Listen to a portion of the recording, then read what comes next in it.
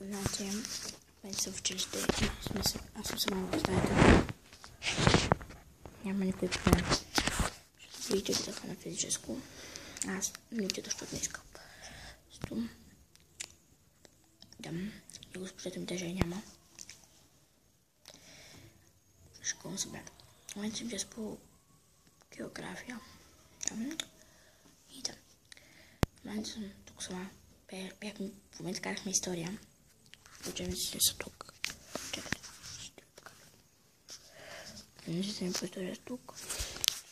Научихме история.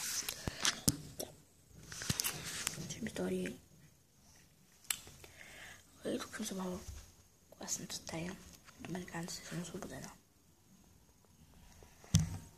Так, в мен. Какво става? Просто трябва да говоря на друг език вместо на собствения, защото ти вече си искам да говориш на собствения език. Значи, едно ви харесва клипче, защото даскал съм. И в момента съм снимам от телефона, защото това ще ме разрешат да снимам с апарата или с компютъра ми тук. Аз компютър един път го донесах, но просто не ми се... това ми се събра в лентата и повече не го носих.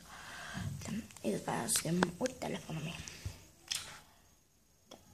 Ето това, ще ви покажа класната ни стая по история. Иначе не класната история. Значи тук има някакви картини.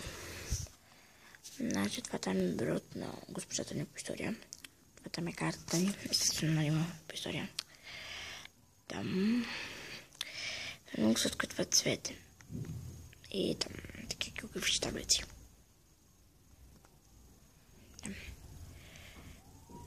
Това е всичко. Чакайте. И тук така си имаме шкафчета. Там. Тук е някаква рисунка. Да. И това е общо взето. Чао!